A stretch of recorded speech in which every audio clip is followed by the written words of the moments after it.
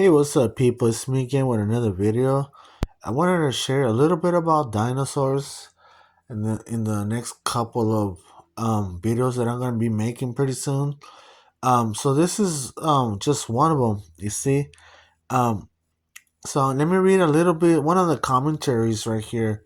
Because there's a lot to talk about this. So um, let me read to you a little bit so you could know what I'm trying to get at, where I'm trying to get at. It says right here, this is one of the commentaries in the Curban Salem Bible. It's kind of like a King James. So, this is one of the commentaries. Look what it says right here.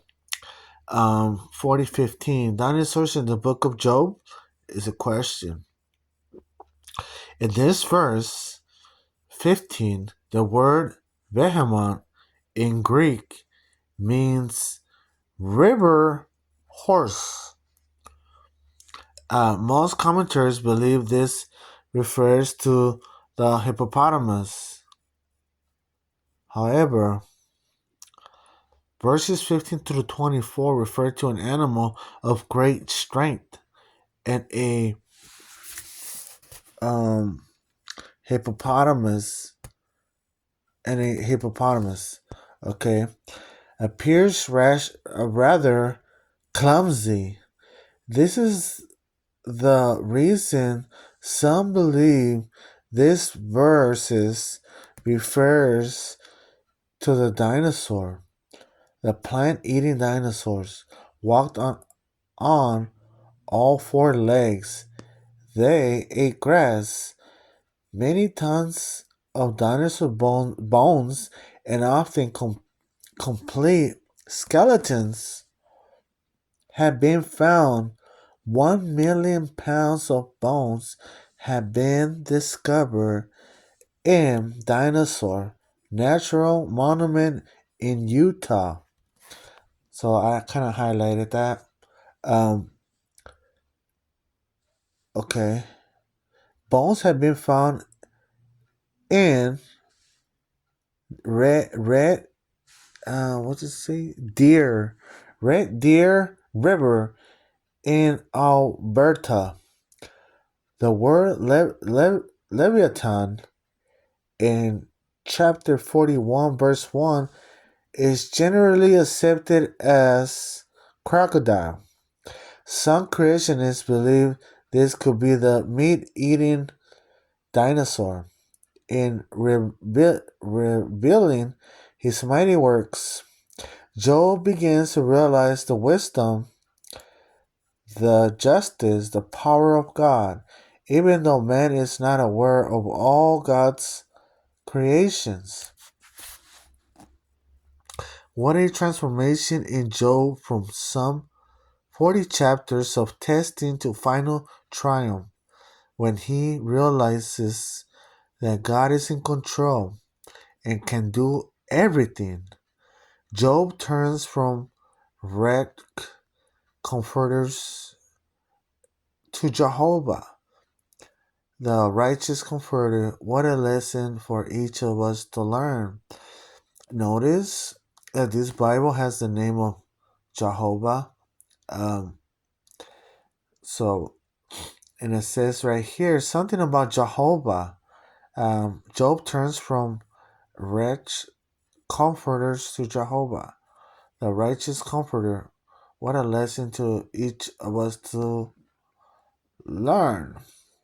So right here, Jehovah, and as we all know, many people don't like that name, Jehovah, but it's already written. It's in the Bibles already.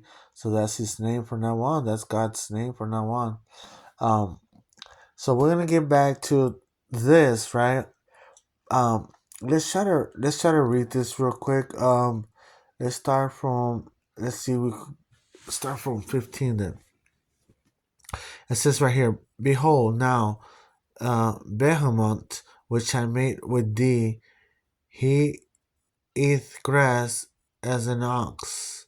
Lo now, this strength is in his lions, and his force is in his navel of his belly. He moved his tail like a cedar. Cedar. What's a cedar? It's a tree. You see, if you search cedar trees, what is cedar in the Bible? What is it? It will tell you that there are trees and stuff. And I did some more investigation. There's a lot of Bible scriptures about cedar trees and stuff. And some of these trees, um, even Solomon used to build a temple, cut some of those trees down, build a temple with that kind of material. Not just that, but others. There's other Bible passages. If you look it up, um, they have made palaces with cedar trees. They had made ships with cedar trees and all that stuff, right? Um, so you see, cedar tree, if you take note, they could grow pretty high and stuff. So I want you to take that in consideration because we'll be talking about cedar trees later on. Um, so let's continue. The sinews of his stones are wrapped together. His bones are strong pieces of brass. His bones are like bars of iron. He is the chief of the ways of God. He that made him can make his sword to approach unto him. Surely the mountains bring him forth food, where all the beasts of the field play. Wow, that's nice. They play all the field, all the beasts of the field. Wow, that's crazy. Um, I never thought about that. He lieth under the shady trees, in the cover of the reed and fens. The shady trees cover him with their shadow. The the willows of the brook compass him about. Behold, he drinked up a river and hasted not. He trusts that he can drop Jordan into his mouth. He take in with his eyes, his nose pierce through the snares.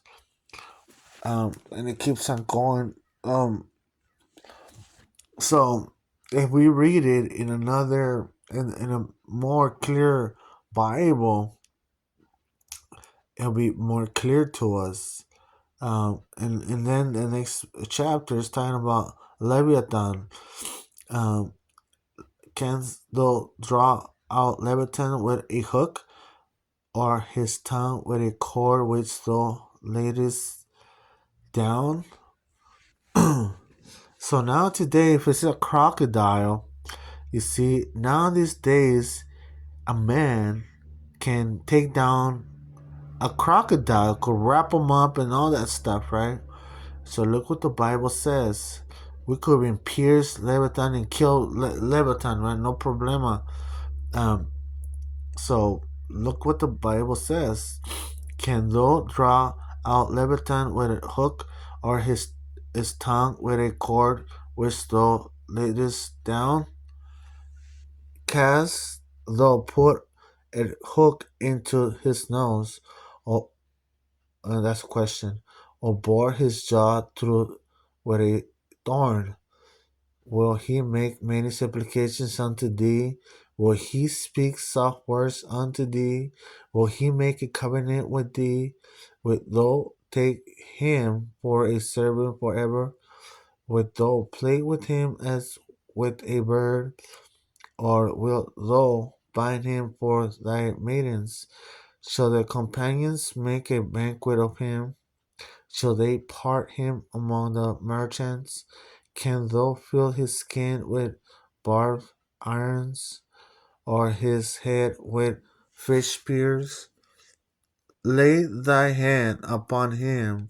Remember the battle. Do not more. Behold, the hope of him is in his vein. Should not one be cast down even at the sight of him? None is so fierce that dare stir him up. You see, we already talked about man now. Man can or two men can take a crocodile down, um, who then is able to stand before me? Who had prevented me that I should repay him? Whatsoever is under the whole heaven is mine. I will not conceal his parts, nor his power, nor his comely proportion. Who can discover the face of his garment, or who can come to him with his double bridle? Who can open the doors of his face? His teeth are terrible round about. His scales are his pride, shut up together as with a closed seal. One is so near to another that no air can come between them. They are joined one to another. They stick together, that they cannot be sundered by the nescence of light doth shine,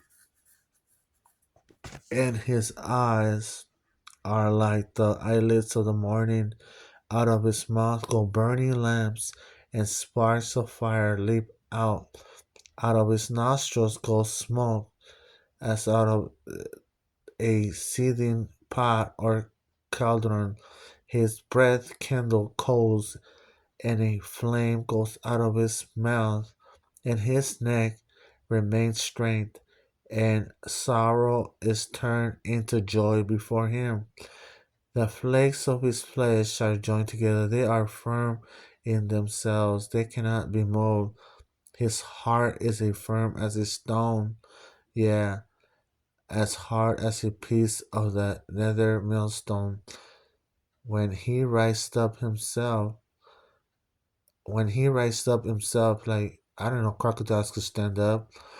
Um, maybe not. The mighty are afraid. By reason of breaking, they purify themselves. The sword of him that layeth at him cannot hold.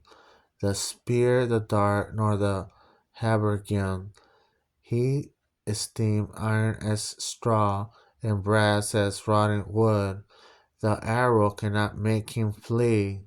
Sling stones are turned with him into stubble. Darts are counted as stubble. He laughed at the shaking of spear. Sharp stones are under him. He spreadeth sharp pointed things upon the mire. He makes the deep to boil like a pot. He makes the sea like a pot of ointment. It's talking about the sea right here. See, can a crocodile be in the sea? Just some thought, so you could think. He makes a path to shine after him. One would think the deep is to be hoary. Upon earth there is not his like, who is made without fear. He behold all high things. He is king over all the children of pride. So right here, I did some investigation.